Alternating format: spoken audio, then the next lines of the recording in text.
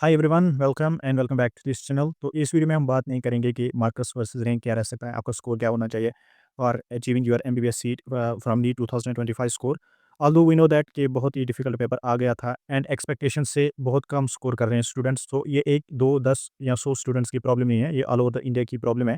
And most of the students की अगर हम देखेंगे, जो मोस्ट ऑफ द ट्रैफिक अभी लैंड कर रहा है, जो डेडिकेटेड स्टूडेंट्स है उनका ट्रैफिक 550 टू 650 के रेंज में सबसे ज़्यादा ट्रैफिक लैंड कर रहा है।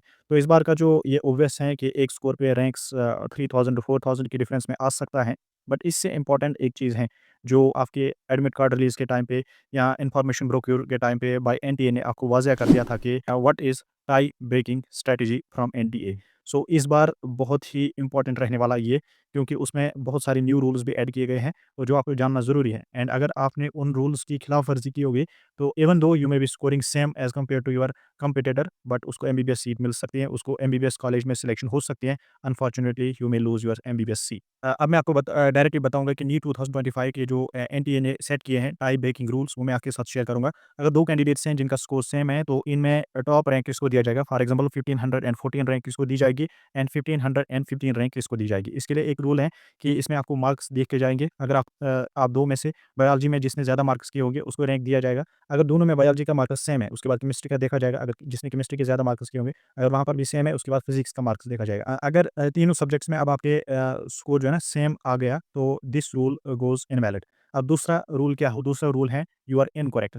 अगर आप मेरे चैनल पे देखोगे, 3 मई 2025 पे मैंने एक शॉर्ट्स वीडियो डाला था, last message to NEET aspirants. वहाँ पे मैंने एक ही चीज़ एम्फसाइज़ किया था कि don't even commit a single silly mistake, क्योंकि थाउज़ेंड्स में रैंक्स की डिफरेंस आ जाती है। एक सिंगल सिली मिस्टेक की वजह से, एक -1 करने की वजह से या एक -5 करने की वजह से थाउज़ेंड्स में रैंक्स की डिफरेंस आ जाती है। तो इस बार मुझे लगता है ये डिफ़िकल्ट पेपर था। बहुत सारे स्टूडेंट्स जिन्होंने मेहनत करके भी अब लास्ट में सोचा होगा, चलो 5-10 क्वेश्चन्स को ऐसे तो तुक्का मार देता हूँ, देखता हूँ क्या होता है।